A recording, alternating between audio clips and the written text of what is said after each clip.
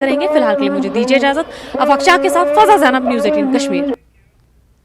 सब डिस्ट्रिक्ट अस्पताल त्राल तक जाने वाली राब्ता सड़क के किनारे ड्रेनेज सिस्टम नाकारा हो गया है, जिसकी वजह से जाने मुश्किलात पेश आ रही हैं। अगरचे इंतजामिया ने सड़क की कुशादगी के लिए यहां चंद माह कबल इनहदामी कार्रवाई की थी, जिसमें दुकानदारों ने भी इंतजामिया को ताउन दिया था। ताहम इंतजामिया ने ड्रेनेज ऐसे ही छोड़ दिया। लोगों ने ड्रेनेज को दुरुस्त करने और इस पर स्लैब डालने की अपील की है। महकमे R&B के इस assistant executive engineer Farooq Ahmad ने बताया है कि नए प्लान के साथ इसका काम शुरू होगा।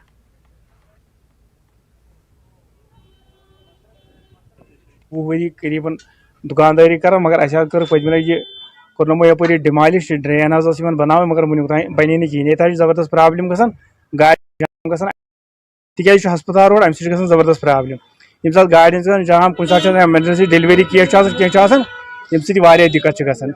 ये जबरदस्त जाम गसान, अत ड्रेन वेन गई रोड गोस जनाब संभाल सिस्टम गोस गठन ठीक। यपर गाड़ी पकान एमरजेंसी केस कुछ सात यपर गाड़ नीरित कह तवे मूजूब यह गोस गठन ठीक ये।